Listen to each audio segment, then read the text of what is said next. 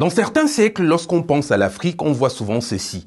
Des enfants au ventre protubérant, des têtes étrangement disproportionnées et des yeux exorbités. Pourtant, l'Africain ordinaire vous dira qu'il n'a jamais vu des cas aussi extrêmes dans sa réalité quotidienne. Autrefois, ce type de propagande passait par la production de photographies extrêmes. Aujourd'hui, la méthode est différente, mais tout aussi vicieuse. C'est ce qu'on appelle désormais la poverty porn, la pornographie de la pauvreté.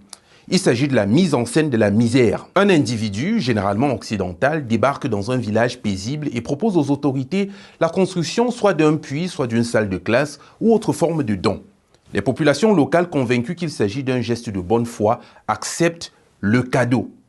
Avant de continuer, si tu apprécies ce type de contenu, je t'invite rapidement à télécharger notre application Infomédia disponible sur Android et iOS où tu pourras consulter quotidiennement nos contenus non censurés. Continuons. Le vice se cache dans la manière dont l'influenceur ou le philanthrope va raconter l'histoire. L'objectif ici peut être double.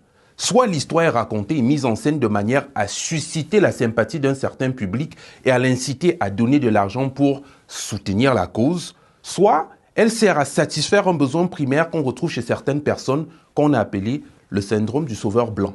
Cette logique qui voudrait que pour chaque noir qui souffre ou qui se retrouve dans une situation d'inconfort, il faille nécessairement que ce soit un blanc bienveillant qui vienne le sortir de sa misère. Vous trouverez alors des titres tels que « J'ai construit des puits en Afrique »,« J'ai envoyé des enfants à l'école en Afrique »,« J'ai apporté l'eau en Afrique »,« J'ai apporté de l'électricité en Afrique » ou encore « J'ai sauvé des enfants esclaves en Afrique ». En Afrique? Mais de quelle Afrique est-ce qu'on parle très exactement?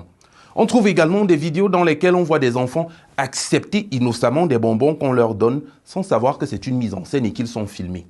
Le titre de la vidéo que vous regardez actuellement sur votre écran est « Tenez-vous bien, un enfant africain affamé pleure sur les genoux de l'homme gentil venu l'aider ».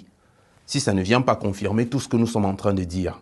Quoi qu'il en soit, peu importe la raison qui motive ces actes filmés et diffusés, celle qui en paye le prix fort, c'est l'Afrique, ou plutôt l'image de l'Africain. Comment donc sortir de cette spirale? Tout d'abord, nos dirigeants doivent frapper du poing sur la table, comme l'a fait le capitaine Ibrahim Traoré la semaine dernière, en interdisant aux ONG de publier des photographies dégradantes des personnes qu'elles sont venues aider. Avoir un élan de cœur, c'est bien, mais cela ne justifie pas l'humiliation de celui que vous prétendez aider.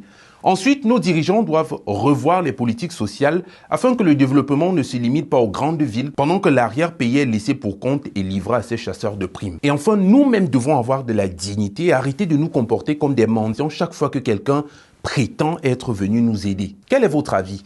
Parlons-en en commentaire. Je suis Livingston Amand, c'était Afo au quotidien. Continuez de suivre Infomédia pour un narratif africain sans complaisance, mais sans condescendance. À demain.